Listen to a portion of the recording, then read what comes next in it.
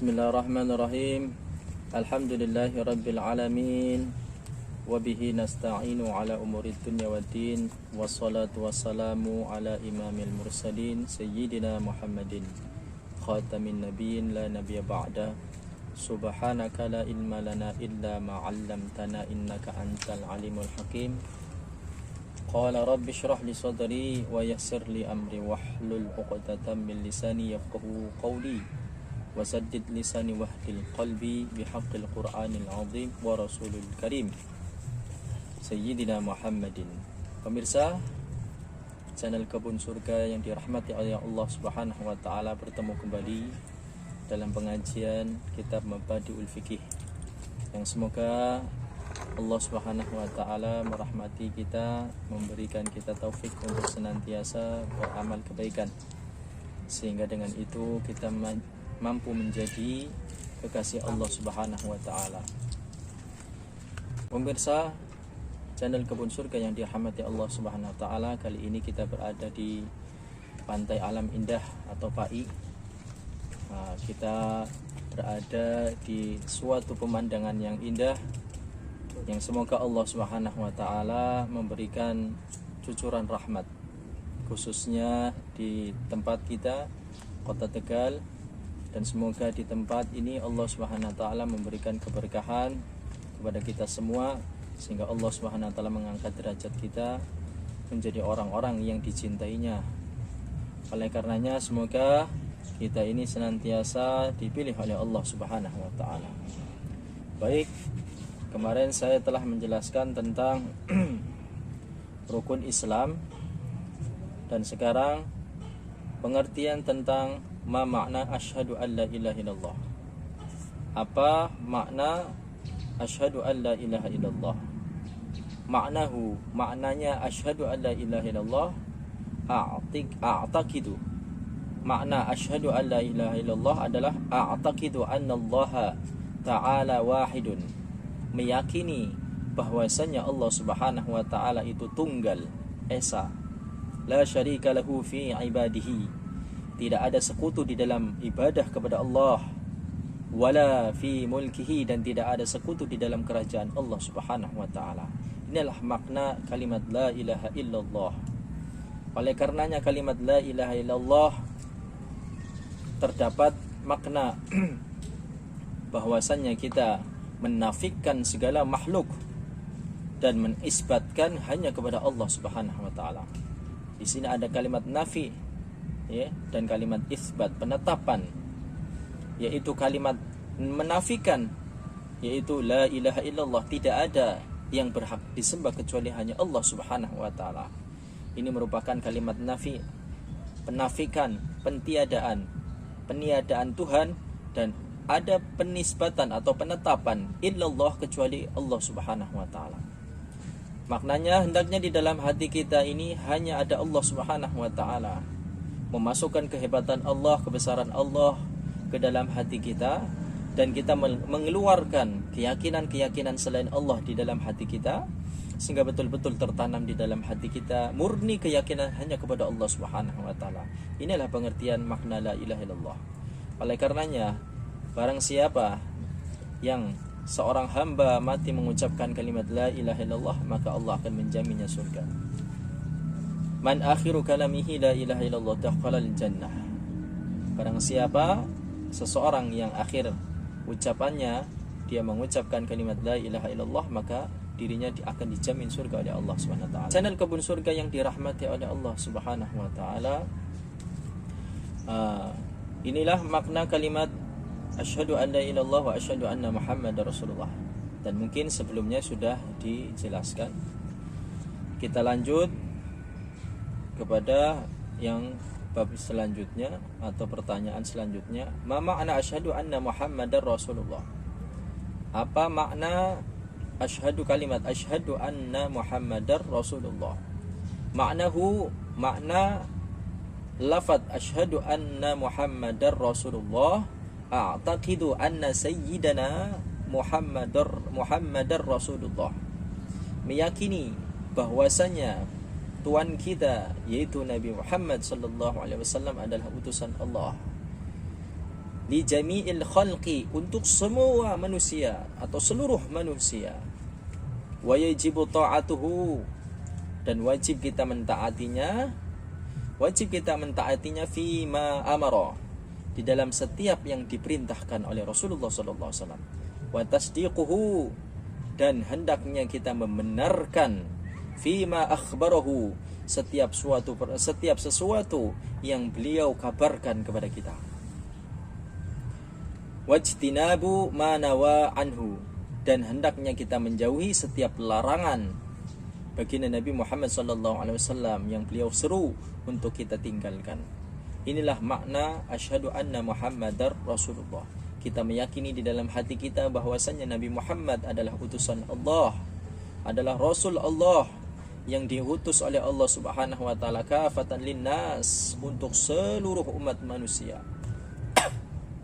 Oleh karenanya hendaknya kita meyakini bahwasanya beliau adalah pembawa rahmat. Beliau Nabi Muhammad sallallahu alaihi wasallam adalah nabi akhiruz zaman, nabi yang akan memberikan kebahagiaan, nabi yang akan menuntun umat manusia ke dalam jalan hidayah, sehingga dengan setiap langkah-langkah kita yang kita teladani dari sosok yang mulia Nabi Muhammad sallallahu alaihi wasallam, kita akan menjadi orang yang mulia pula di sisi Allah Subhanahu wa taala. Baik, pemirsa channel Kebun Surga yang dirahmati oleh Allah Subhanahu wa taala, melanjutkan lagi. Ma makna iqamis shalah? Apa itu makna iqamis shalah? Makna iqamis shalah itu fi'lus shalawatil khamsi. Makna mendirikan salat itu adalah mengerjakan salat 5 waktu. Apa saja salat 5 waktu itu? Hiya as-subhu, yaitu subuh, wad duhru dan duhur, wal asru dan asar, wal maghribu dan maghrib, wal isya'u dan isya. Inilah salat yang difardukan oleh Allah Subhanahu wa taala sehari semalam, 24 jam siang dan malam. Kita hendaknya diperintah oleh Allah untuk mengerjakan sempurna salat subuh, duhur, asar, maghrib dan isya. Inilah ketentuan salat 5 waktu yang Allah Subhanahu wa taala sebutkan, dan Allah Subhanahu wa taala perintahkan kepada kita selaku hambanya untuk mengerjakannya. Mada yalzamu qabla salati? Apa yang wajib dikerjakan sebelum mengerjakan salat? Yalzamu qabla salatil wudu'i, perkara yang wajib untuk dikerjakan sebelum kita mengerjakan salat adalah yaitu wudu. Apa itu wudu?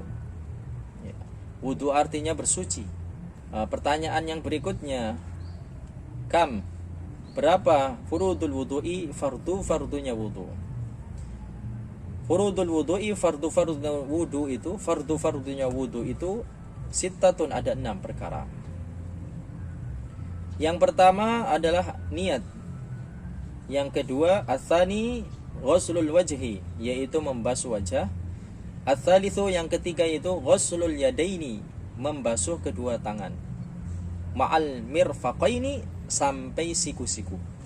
Ar-rabi'u, dan yang keempat mashu ba'dir ra'si, mengusap sebagian kepala. Al-khamisu, yang kelima adalah ghuslur rijlaini, membasuh kedua kaki. Ma'al ka'baini, serta kedua mata kaki. As-sadisu, dan nomor yang keenam adalah tertibu, yaitu tertib. Baik, ini adalah rukun-rukun wudu atau fardu-fardunya wudu. Ini adalah dasar wudu untuk kita mengetahui pentingnya anggota-anggota wudu yang wajib dibasuh ataupun yang diusap, sehingga kita betul-betul mengetahui mana yang fardu, mana yang sunnah.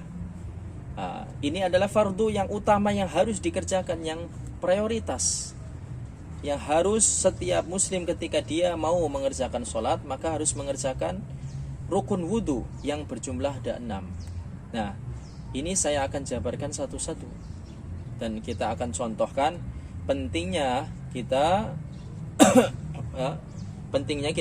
berwudu, ya, mengetahui fardu-fardunya, sehingga wudu kita dianggap sah dan ibadah sholat kita pun dianggap sah.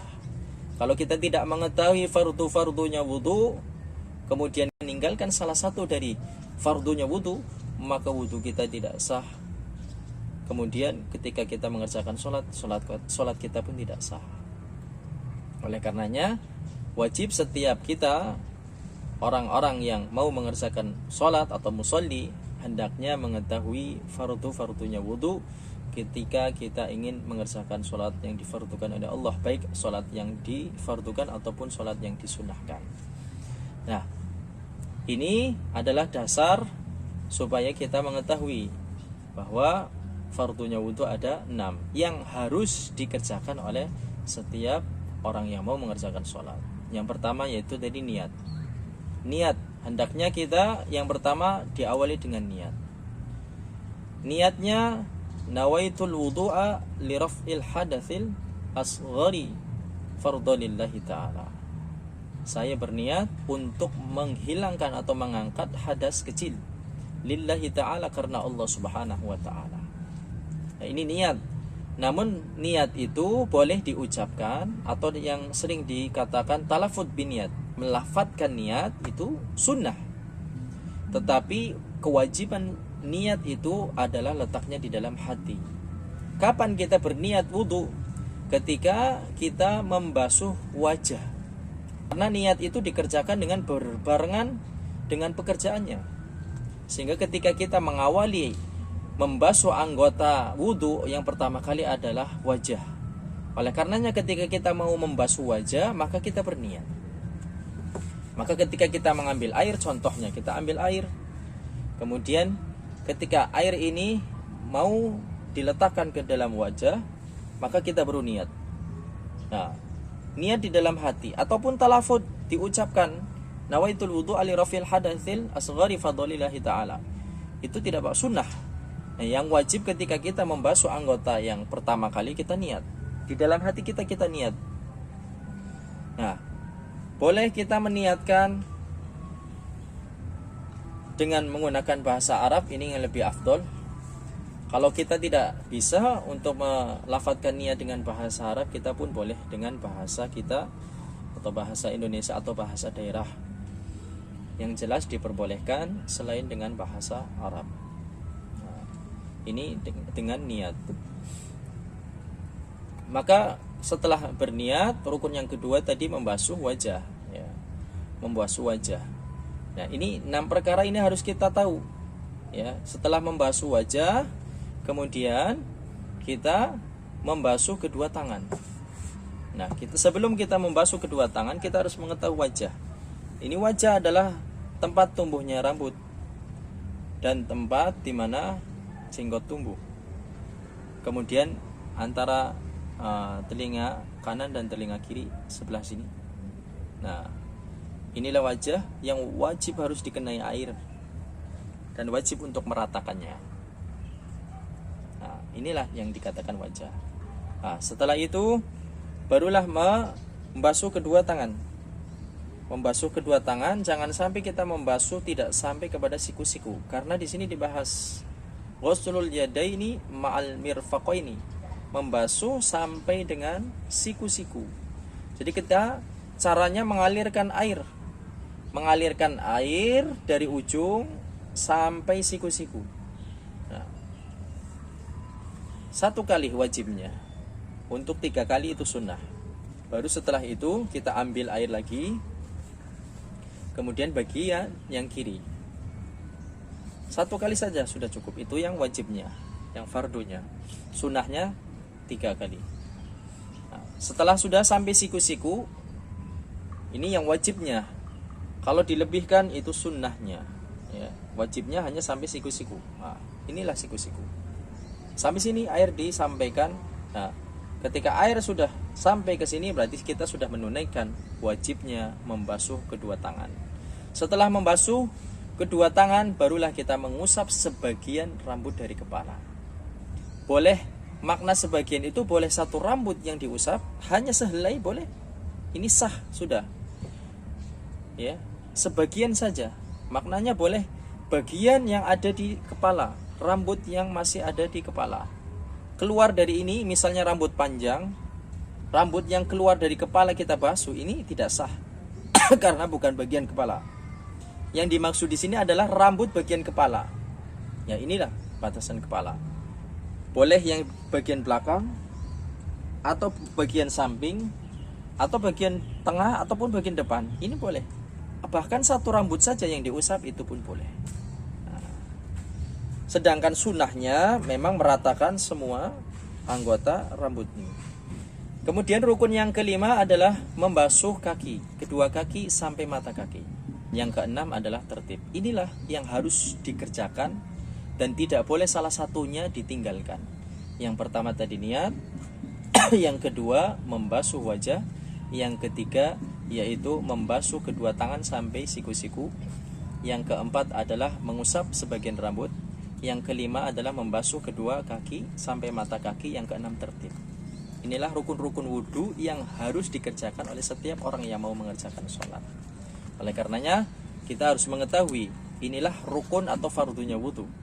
Nah, karena apabila salah satu darinya tidak dikerjakan, maka wudhu kita tidak sah. Adapun selain ini, seperti berkumur-kumur, menghirup air ke dalam hidung atau istinsak, atau mengeluarkan air yang masuk ke dalam hidung dikeluarkan atau istinsar, ini adalah sunnah. Ataupun bersiwak, bahkan berdoa setelah wudhu ini adalah sunnah. Ya, asyhadu an la ilaha illallah wa la syarikalah wa asyhadu anna muhammadan abduhu wa rasuluh. Allahumma ja'alni minal tawwabina wa ja'alni minal mutatahhirina wa ja'alni minal ibadikas shalihin. Ini adalah sunnah. Kalau seorang tidak mengerjakan doa wudhu tidak masalah, asalkan 6 perkara ini harus dikerjakan. Tetapi alangkah sangat ruginya seseorang yang tidak mengerjakan sunnah-sunnah di dalam wudhu. Oleh karenanya di dalam kitab ini membahas tentang wajib-wajibnya wudhu. Pemirsa channel Kebun Surga yang dirahmati oleh Allah Subhanahu wa taala, mungkin ini saja yang bisa saya sampaikan. Benar dari Allah Subhanahu wa taala, kekeliruannya dari pribadi saya mohon dimaafkan. Semoga Allah Subhanahu wa taala memahamkan kita supaya kita memiliki kualitas wudhu yang baik sehingga sholat kita diterima, dengan harapan Allah Subhanahu wa taala mengampuni dosa-dosa kita melalui sholat yang kita kerjakan, dan Allah Subhanahu wa taala menjadikan kita orang-orang yang mengetahui tentang syariat agama. Kiranya itu, wallahul muwaffiq ila aqwamit thoriq. Assalamualaikum warahmatullahi wabarakatuh.